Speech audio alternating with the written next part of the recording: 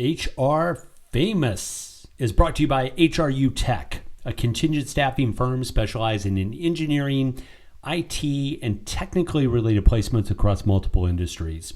If you're looking for technical talent or searching for a career, look no further than HRU Tech. Find them online at hrutech.com and call them today. HR Famous is also brought to you by Kinetics, the leading RPO recruiting firm for growth companies, named by HRO Today as the top midsize RPO provider. Kinetics uses its unique skill-based recruiter model to deliver on RPO engagements, allowing them to customize scope to meet your unique hiring needs. If you have recruiting challenges and want to consider RPO as a solution, give Kinetics a call. Find them online at kineticshr.com.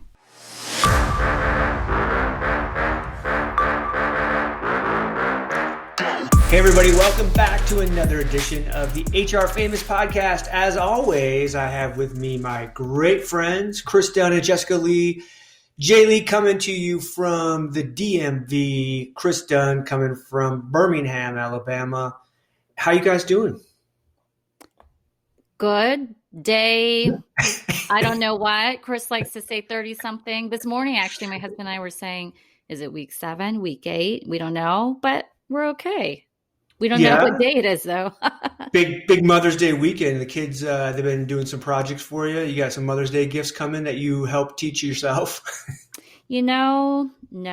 This is the gift that I have asked for. I said, leave the house. Just leave the house and take the children.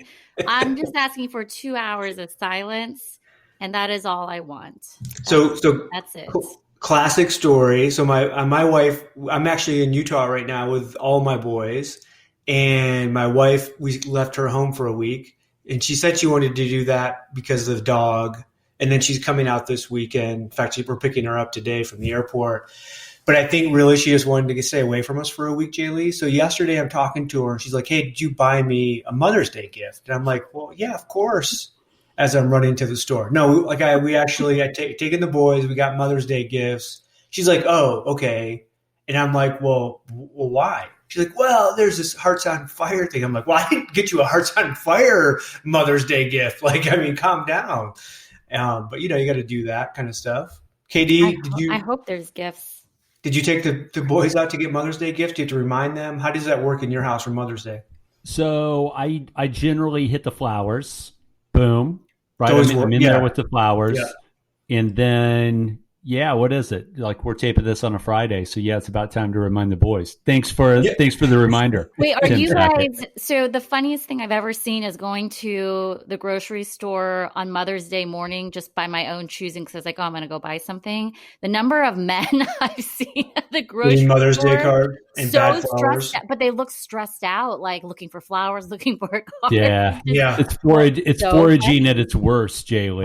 Mother's Day gift buying at a grocery store, it literally is the epitome of the worst Mother's Day gift ever. By the way, I have an online place that I buy flowers, and they typically come, in really good shape. But one time I was heading from Atlanta to Birmingham. Are you going to shout out? Are you going to give a shout out to it? What is it? To who? The online flower place. It's 1-800-Flowers. Oh, okay. They do an excellent job. It's awesome. Same. By the way, I've tried. Have you seen the Boakes one? Oh, Boakes is awesome.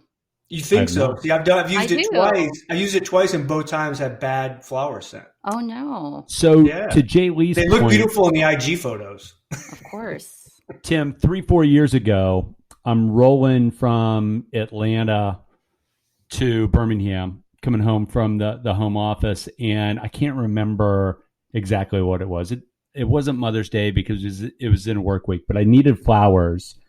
And, it's probably Valentine's Day, right, Jaylee? So I go, so it's that day, and I'm like, I'm a terrible human, but I can fix this.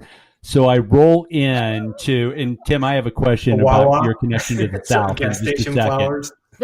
But I roll into Wal-Mart, and there's this huge stressed section of men everywhere, like Jay Lee says. So I get I'm calm, cool, and collected. This is I'm in the crisis mode. I get it done. I don't work panic. Literally, I get home.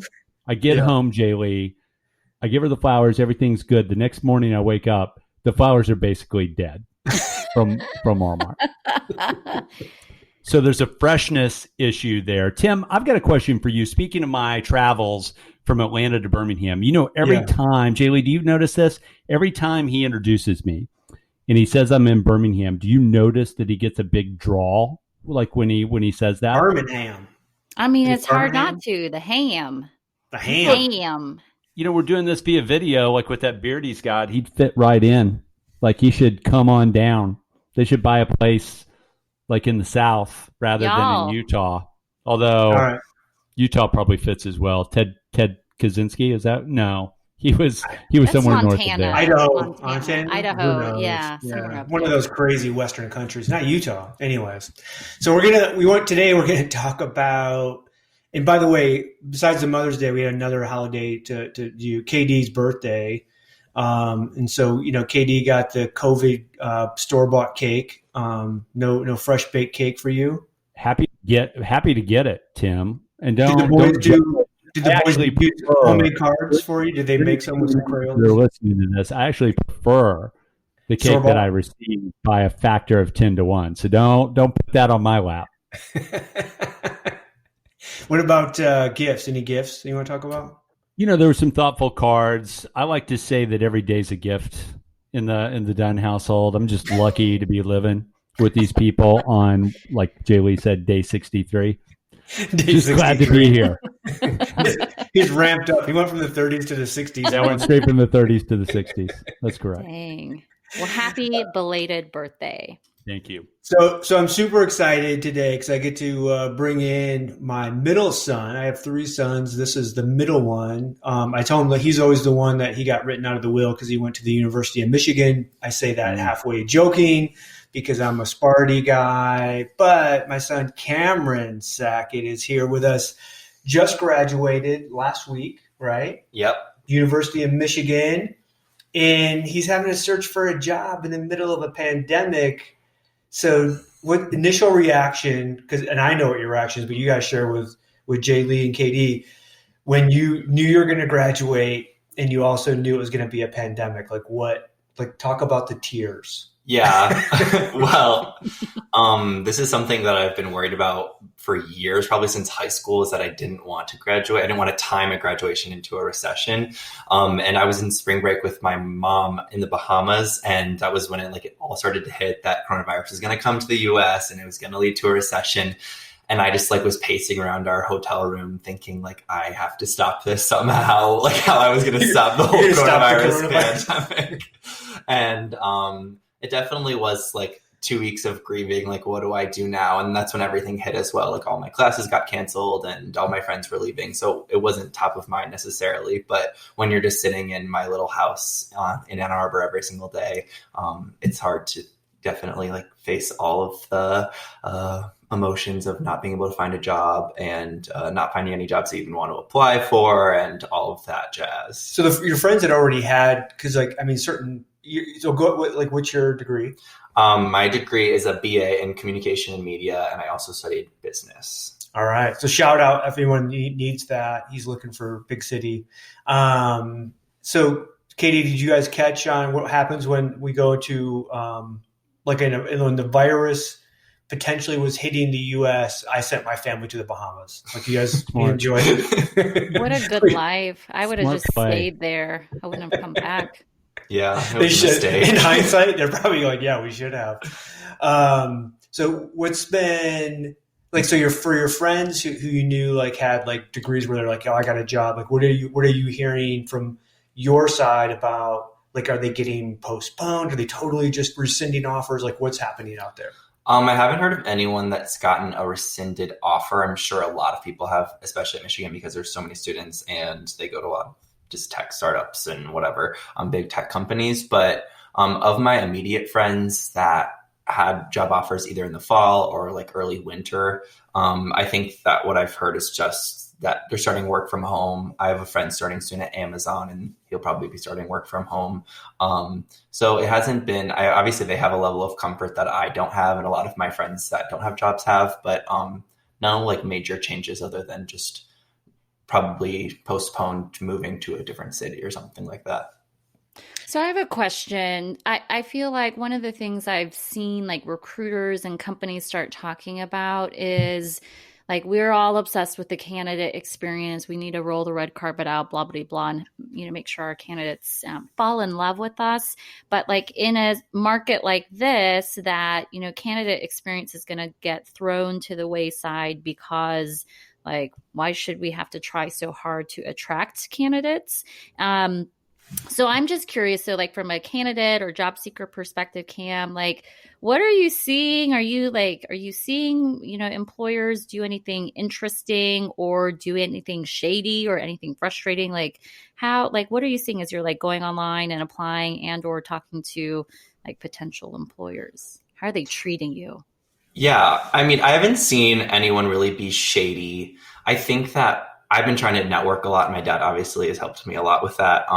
But what I've heard from people is just that they have more time to do things because productivity is down. And so I think people are actually more willing to talk, or like recruiters are just more willing to talk to you at least, but they're being really open and honest about the fact that they're probably not going to be hiring for a while. They don't know what the future looks like for them.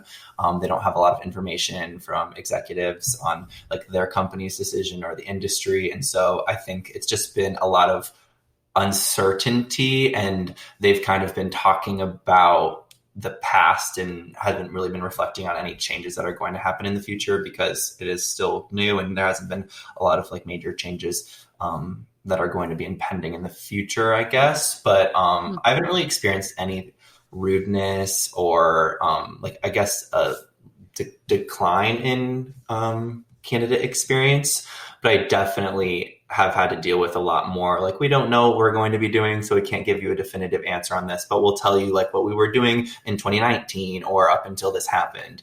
So it's been a lot more kind of dealing with what they did in the past, and they don't know what's going to be happening in the future. So Cam, if you think about, like, I know you've applied for a lot of jobs, what percent of jobs do you hear from a real person back? So I applied to a job, and then what percent are just an automated response? What percent do you never hear? Like take a look at those three buckets. Never hear, automated response, actual real person.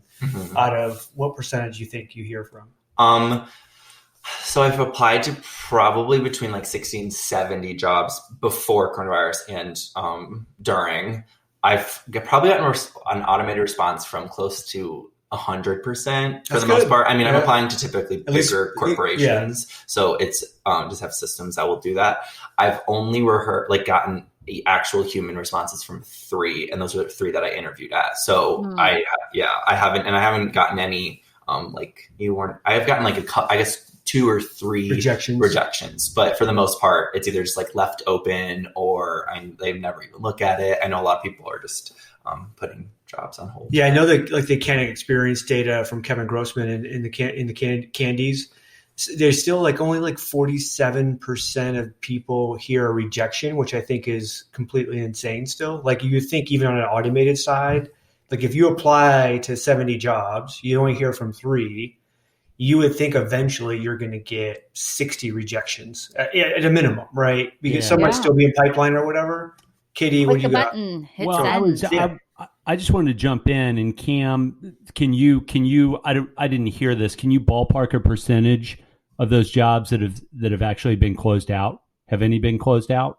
Yeah, I mean, I did apply for a few internships at first, and they all got shut down. I was interviewing for one, and they had to cancel it, sadly. But I would say probably like 40 to 50% of the jobs that I've applied for have probably been closed out. But I mean, I am applying to an industry that's not necessarily in need of a lot of people right now. I'm looking like media entertainment. And go ahead for the people that are listening, Cam. Will you kind of outline what that industry is? Yeah, I mean, I'm specifically looking for like the marketing, advertising, kind of social media side of media entertainment, but definitely looking for within the TV industry as well. That's kind of where my experience lies. But there's also like the broadcast side, broadcast news. There's just news outlets. There's like film studios and music studios as well. So big question. Companies a lot. Fox News comes forward.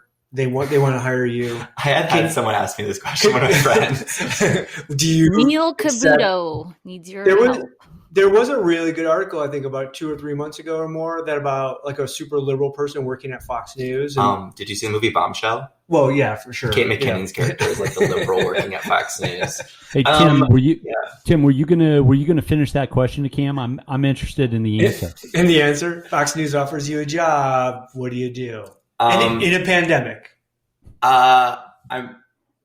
It depends on. I can't give it a yes or no answer, but I think it depends on what the job is. Yeah. If I'm working on, I don't know who the Fox News people are anymore. Oh, that would be certain shows would be difficult. Yeah, right? If they asked me to I know Bill O'Reilly's not on anymore, but if he was on, I don't know if I would join the show. But hey Cam, kind of going away from that topic, what educate us a little bit. I mean, you went to a great university. Sorry, Tim. You went to a great university. Educate us a little bit in terms of pre-pandemic and during the pandemic. Do you use the career services at the University of Michigan? And does the business school have their own career services? Can you tell us a little bit about what that looked like before and maybe what the response has been to really highly talented graduates like you in the pandemic? We don't see that side a lot because most of us hire experienced white collar folks, but I'm really interested in that. What's been your experience there? Yeah. Personally, I haven't really ever used career services because Tim Sackett is my career services. And career coach. Love it. Yeah. So what do you hear from other folks? Do you hear from them? Yeah. So the business school is a whole different beast, especially at Michigan, because it's really competitive and they have a whole recruiting process that happens basically sophomore year until senior year. And you're seeing people get offers at the end of their or the beginning of their junior year of college for when they graduate in almost 2 years. And that's kind of crazy to me. The reason I never really went through the business school recruiting was because that is for very particular fields. So if you want to go into finance, typically that's the one that they recruit really heavily for. And they do have some advertising agency spots, and they also have some bigger just corporations consulting, like PepsiCo or does the comm school have their own career service or not? No, they have. So the broader school that I was in the business school. I also was in LSA, which is Literature, Science, and the Arts. It's the largest school at the University of Michigan, and they have their career services. And then within each department or major, there are advisors, but there's not necessarily a career coach in every single department, just because some are really small and some are pretty big. But doesn't that seem like the perfect job is to be a career coach in some way off school at the University of Michigan? It seems like you're never judged if you find somebody a job or not. Yeah. Well, that begs the next question, Cam. What's it like when you work with Tim Sackett, career coach? What's that experience like? I'm sure that at times is enlightening, and I'm sure at times it's something. You just want to say, "Shut up." I'm very grateful. Obviously, not everyone has a Tim Sackett, so I can't be upset.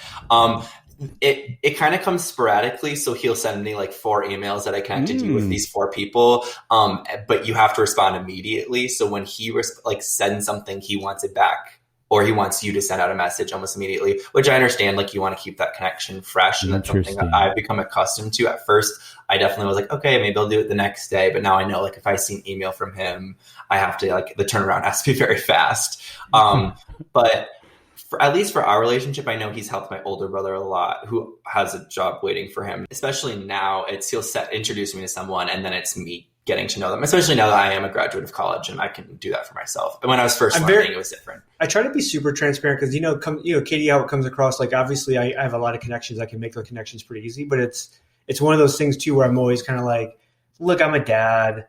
And it takes a village, and how do we, and then kind of let him take it from there. Cause we don't want to, it's tough to put pressure on somebody.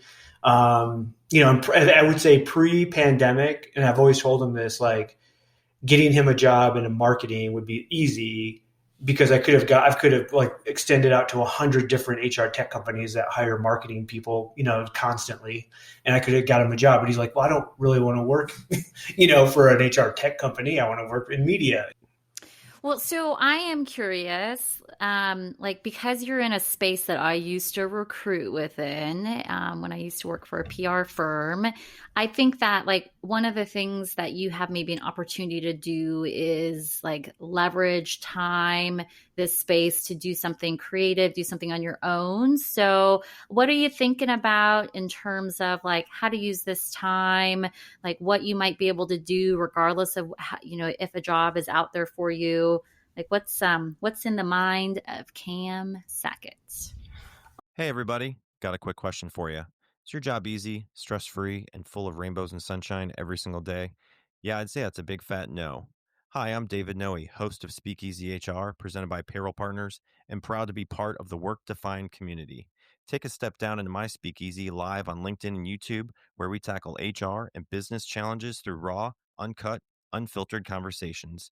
This is HR like you've never heard it before. Bold, real, and full of practical takeaways.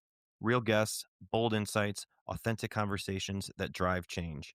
Catch every episode on demand through your favorite podcast platform or all the content at speakeasyhr.com. I mean, yeah, definitely. That's something my dad and I talked about. I had a call with him right when kind of everything hit and I was really upset and just realizing that it probably was going to take me a while to find a job, longer than I had anticipated. And that was when we talked about finding something to occupy my time and not just sitting there and applying, but really like leveraging yourself, teaching yourself a new skill, which was hard to swallow in the moment. I also was still in school. I just finished school last week. And so, but I've always really been interested in podcasting. So I am like editing and producing this podcast. I bought a mic to do my own podcast. I don't really know what that's going to be.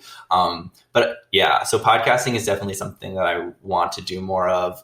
I also did like the whole update your resume and cover letter, redo it. I mean, I had to like put the whole graduate on it now, but I also, changed that a little bit. So what number one idea for a podcast? What are you brainstorming right now? Well, me and my best friend from college we actually recorded one in like 2018 and it didn't go well, but the whole idea was, we were really big Disney Channel kids. And so rewatching all of the old Disney Channel movies and TVs and kind of saying what we liked, what we didn't, which works really well because we're on the site of High School Musical 2 right now. The Disney Channel Rewatchables, KD. Yes, I love the Rewatchables. So basically. No, that's right. You like the Rewatchables on the Ringer Network, Cam? Oh, I love Ringer. I listen to like all their movies. I'm kind of a movie nerd, so I watch a lot. That's a great series. Yeah. It's unbelievable. What's your favorite rewatchable The Ringer's done? That's a podcast for the uninitiated. Yeah, I've listened to a couple probably 4 or 5 times, which is weird. Really? It's kind of like tell me when you're on a what those long are. car That's ride. interesting. Yeah, when you're on a long car ride, sometimes I just want to like have comfort and listen to something that I don't have to pay close attention to, but I can jump in and out. The Devil Wears Prada one is really good. A Star is Born is one of my favorite movies, so I listened to that one a couple of times. I've listened to Good Will Hunting a few times. That's a good one. And I would say those 3 are like my top 3 episodes. I haven't seen all of the movies on there. They're a little bit older than me, but I need to like go through and watch more. Yeah, I've got to check out Devil Wears Prada. I've not listened to that one. Some of my favorites, Forgetting Sarah Marshall. Oh, I don't know if your dad picked that one up, but that was a great one with Simmons. Cool.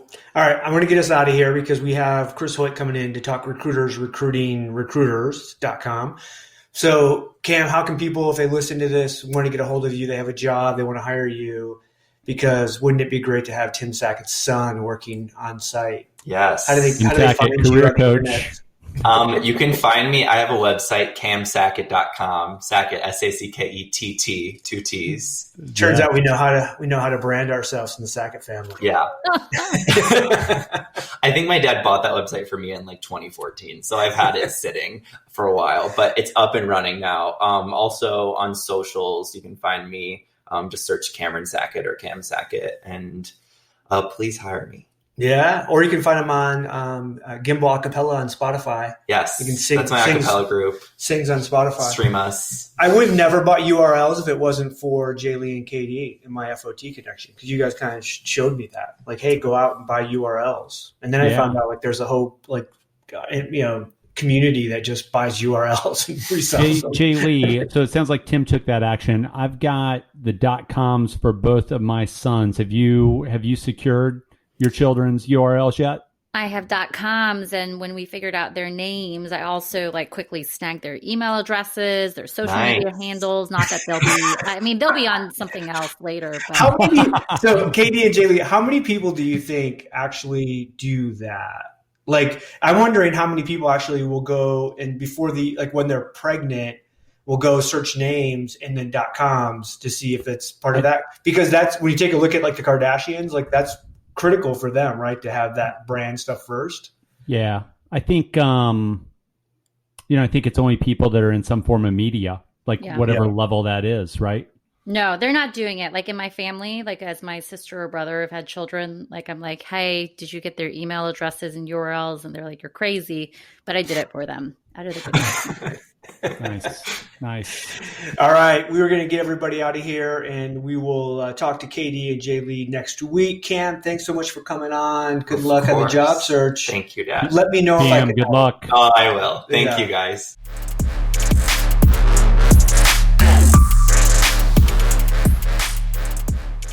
Hey, everybody, we're back. Wanted to bring in actually a good friend of mine and somebody that even my wife knows. Like, that's one of the weird things I always like try to figure out within the industry. So before I give the story, Chris Hoyt, Career Crossroads, coming in. Chris, how are you doing? I'm good. Thanks, Tim. Welcome to HR Famous. It's just going to be me. Jaylee and KD, I didn't think we needed all these voices. You and I can definitely take up, the next 15 minutes for sure. So Chris was a former talent acquisition leader like at PepsiCo, and then decided to make this transition to go work with Jerry Crispin as a partner at Career Crossroads, and bought into that company. And explain a little bit about what Career Crossroads does, and then we'll talk about why we're kind of here. Yeah, thanks. We're a membership-based organization. Prior to everything going on this year and where we're at now, we used to hold anywhere from 8 to 14 in-person meetings around the world, where we would bring talent acquisition leaders together to focus on a topic and talk about, what keeps them up at night. We've got about 140 member companies now, maybe 2,500 very active members within the community that we've built. And that's exactly it. I mean, I'll steal one of Jerry's sayings. We have managed, and we're in our 25th year, by the way. Yeah, we have managed to build a community of talent acquisition professionals that actually give about each other. So helping each other, paying it forward, collaborating, commiserating. That's what we do. No, and I think one of the things that you guys have always done a really good job of is maintaining a really good, you keep everything in house, right? What happens in Vegas stays in Vegas. What happens with a Career Crossroads stays in Career Crossroads. Which if you're a member and you're a paying member, like you're like, hey, I want to be able to make sure I can share my problems and help get solutions from the community. At the same time, I don't ever need those public. And the one thing I'll say, there's more than one, but you guys have always done a great job of your community understanding that, right? How critical that is to maintain that confidentiality, but also needing the help. So often we just don't find that in like a public community, Well, a lot of people don't realize this is joining CXR is not so much about budget. We actually interview the heads of talent before they're allowed to join. So we've got, we've got 3 rules. The first is they've got to be doing the work. So there's got to be some sort of transformation or leaning in or, real activity. You can't be a TA leader who just contracts everything out. So you got to be doing the work. The second is you got to be able to talk about it. So you got to be able to come in and share, because you can't there's no sponges allowed. You can't just be pulling stuff out of the community and not putting it in. Yeah. I'm just going to come in and lurk and steal everything. Yeah. And our third, and it's probably our favorite, we have a very strict no asshole policy. Yeah. So it doesn't matter what your title or your level is. I mean, you might be sitting to a global head of talent right next to you, and on the other side of you might be this up and coming, analyst who's doing amazing thing with data. And all of you have to be able to collaborate and work together over the course of the 2-3 days that we're in person, or over the course of the year when we connect you online. Yeah, nice. So I'll get back to the story. So I always measure like how good somebody is based on how my wife Kim like responds to them. And so we were out in Park City at an event and my wife was there, Chris was there. We all get to go hiking, and now my wife is like the biggest Chris Hoyt fan in the world. I mean, she's not the only one. There's a lot of them out there, I'm sure. She's great. But but I always know you're great, because my wife's indicator of people that she likes versus doesn't like is way over on the other side. So, well, she's wonderful. As we were in the green room here, that's one of my first questions: how are you guys doing? How are you holding up? What's going on? So she was like, "I'll have to go on a hike again. I think we climbed a mountain or something, didn't we?" Yeah, went around a mountain. I mean, I'm in St. George now, so like we can climb mountains constantly. So that's pretty good. And you're in the Bay Area. I know you're out. You made the move from Austin. Yeah, I was in Fort Worth, and I just Fort Worth. Always in Austin, but lived in Fort Worth, and I'm in San Jose now. I got a new place in the city, which I love, and it affords. It's a little more my lifestyle of doing a lot of mountain biking, a lot of hiking. Nice. So yeah, having a good time. Cool. So we're talking today about recruiters, recruiters.com. Crazy name, hard to say 3 times in a row fast, but the site is up. Talk to me about how this evolved, how it came about, and what the mission is. Yeah. So we were actually inspired by some work that was already going on between the talent leaders at Marriott and Hilton and CVS, and Jeff Lackey is, the head of talent at CVS, fantastic guy. They had a need to hire, 20, 30, 40,000 people rapidly because of this pandemic. And unfortunately, his brothers and sisters within talent acquisition over in the hospitality side of the business are unfortunately furloughing or laying off 20, 30, 40,000 people at the same speed. And so they had a conversation that said, well, how can we come together and help each other? How can we sort of move the talent over and keep them working? And so that kind of sparked a conversation between Brad Cook, who is the VP of Global Talent Acquisition over at Intuitive Surgical. So Brad Cook and I had a conversation about, we love when people are paying things forward. We love when people aren't in it, for themselves. It's all about trying to help keep our folks, moving. And that took us to a call that we put together with our membership. And we said, hey, how can we help, right? How can we lean in and help the community? And the TA leaders sort of all came together and said, well, what if we did something? We don't try to boil the ocean like a lot. You see a lot of these other organizations that are doing wonderful work, but we get a little more siloed and we focus on our first degree, which is our recruiter family. We had a couple companies on that said, that'd be great because we're getting ready to let go of our entire TA team, or we're getting ready to put them all on furlough or timeout, or furlough Fridays or whatever they call them. And another team came in and said, well, I'm going to need those recruiters. So fast forward, we pulled an invitation together that included most of the big players in the tech scene. Not all of them decided to play, but quite a few came in. Great people came in. Smart recruiters came in. Phenom was there. Lever is there. Pager is there. You know them, right? These big guys came in.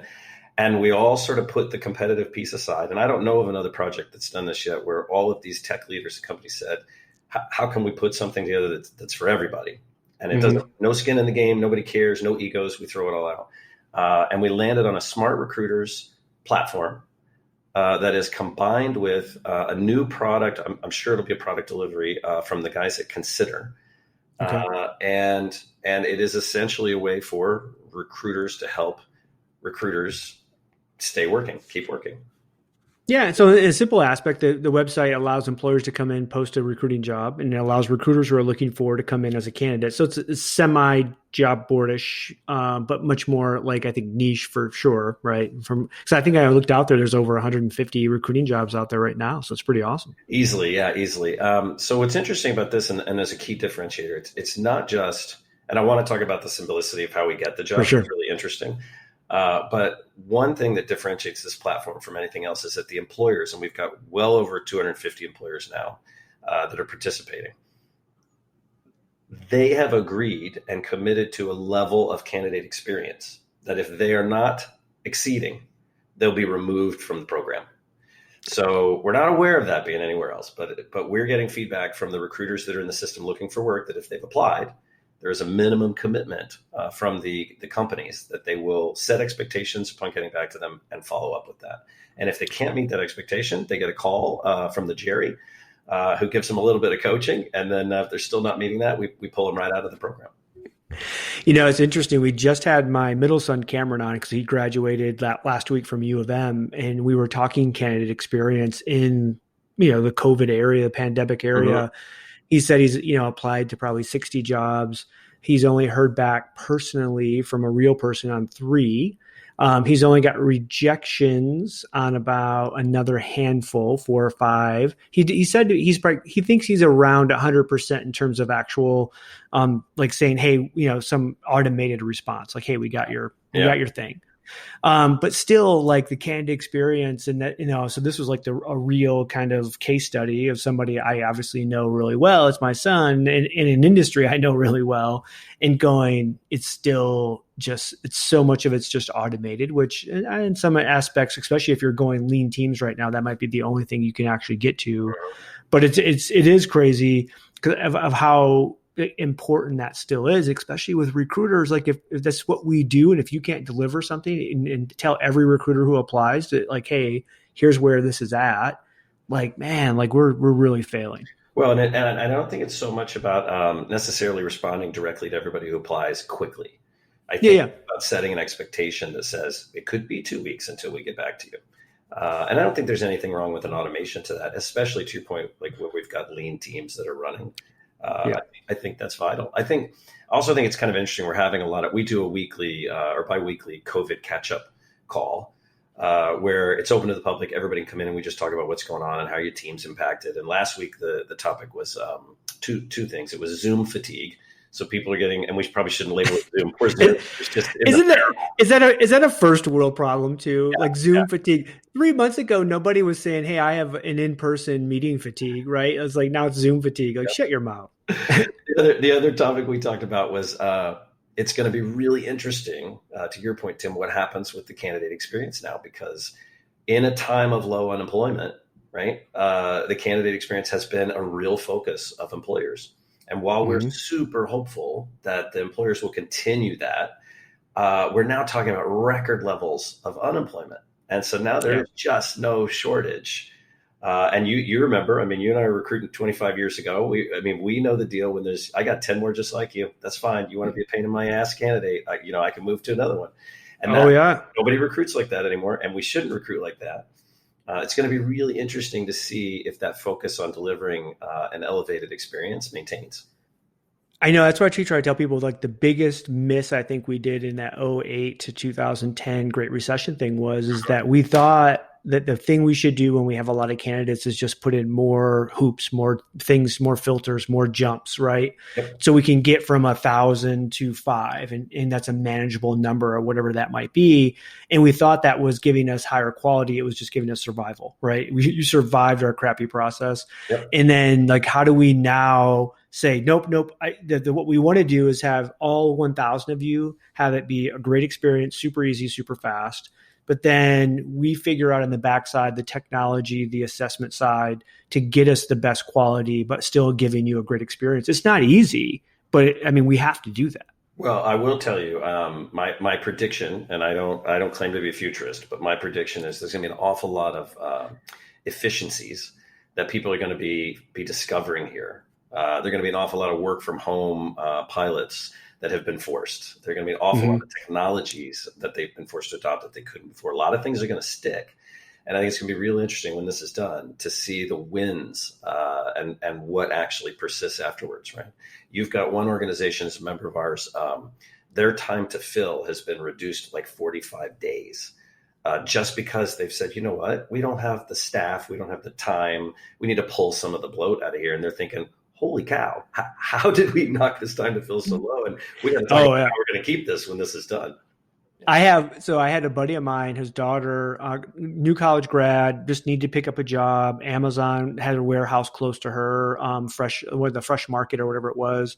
And so he's in the talent acquisition space, measured from apply to offer was 18 minutes. Wow. And basically gave her a QR code that she would scan when she came for the onboarding to start. And so it's all paperless, all non-touch. And it is crazy, like, how people are coming up and figuring this out. Yeah. And they're like, oh, well, we just have to do this now. But someone's going to go, wait a minute, why are we going back? It just seems like we're just fine. Yeah. Well, and a lot of TA leaders are laughing because they're able to implement a lot of stuff because there's no lawyers to tell them that they can't. There's no half of your procurement team isn't around to tell you that you can't. But so we put this piece together for the Recruiters Recruiting Recruiters solution. Yeah. One of the things we were aware of is that teams are low, resources are low. And so we had to figure out how we'd make it super easy for the TA leaders to get included and get their jobs in there, because they're not going to have the staff to post the jobs manually. They're not going to be able to go to the technology partners internally and get stuff implemented. So We found a guy, Ralph Rabat over at Consider. It used to be a sourcing, or still is, I guess, a sourcing solution they implemented, but he had some technology we were able to do that says basically, if you're on board, so let's say Amazon, AWS, on board, you just tell us you're on board, you sign our code of conduct, and then we just point Ralph to your site, and he can magically, I like to say automatically, he can automatically pull out all of just the recruiting related roles. Nice. They're doing a really exceptional job. So that's what's made it, I think, super, super easy to collect 100, 200 something. And they're any level of recruiter jobs. So it might be a recruiting analyst, it might be a scheduler, it might not even have the word manager, director. I've seen some, leader level positions. Yep. So organizations just have to come opt in, agree to obviously the candidate experience requirements, and then they don't have to worry about posting. Can they still post a job manually, or is it all scraped? Nope. Okay, cool. And we do that because we want the person, when they apply, to go directly into the system. For sure. We're not building a warehouse. We're not stacking jobs. I mean, it's You get your recruiting recruiters into a company for like 3 years from now. Like that is not the plan. No. And it's so funny because, there are some folks out there saying, you're gathering a list. You got to know that everybody came into this with the absolute best heart. And it's a lean forward, it's a lean in type of approach that we're all taking. And, that's why you won't find any RPOs or staffing agencies or anything like that are not allowed in to the system. And in that Smart Recruiters platform, the recruiters who are recruiting recruiters can actually talk to each other as well as the candidates that are recruiters. So there's a bit of a network and connectivity going on within that platform. Yeah. Cool. So tell people how they can find out more about you, Career Crossroads. Like where can they read about? Because I know one of the things that you have to know if you don't know Chris, like he's a great writer as well, and I love his writing. And I know Jerry obviously is in there writing a little bit, but I think you brought Shannon over, Shannon Pritchett. So you guys have some great stuff some stuff that people actually can get access to that they don't have to pay to be a member, right? Yeah, absolutely. All our headlines, there's no gate to read the outlines. I mean, the stuff that we do have gated is when we do member benchmarks. So if all of our members come together and talk about how they're reorging or, how they're structuring teams or, anything like that, that gets gated because, as you said, what happens in CXR Vegas stays in CXR Vegas. Content is open for the most part. You can read that. We're excited to have Shannon Pritchett, who came on this year. Barb Reese, who's been with us from the beginning, writes a lot of great content with us. Jerry, of course, does a fair bit of writing. William Wiggins, HR professional in healthcare, has now jumped on and is authoring some stuff with us. So we have a guest author now and again. So Tim, if you'd like to contribute some content. Yes. We have a lot of fun. It's cxr.works is the website. Cool. And then the project, obviously, that we've had a lot of fun launching is the recruitersrecruitingrecruiters.com. And lastly, I'll just plug, there is a resource directory and a way to submit resources. So we have been scouring the web. If it's free, and we can go through and make sure that we think it will actually be an advantage or will actually assist anybody that's looking for work right now. We add it. You could submit your own, but Jerry and a couple of folks actually do due diligence to go through that stuff out and get it added to the directory. And of course, that's open to everybody too. Excellent. Sounds like a great resource. Check it out. There were some funny videos I got put together. One that was serious, one that was like a blooper reel. You guys will love to see those. So check it out at recruitersrecruitingrecruiters.com. Chris Hoyt, thank you so much for coming on. Everybody, that was HR Famous for the week, and we are out.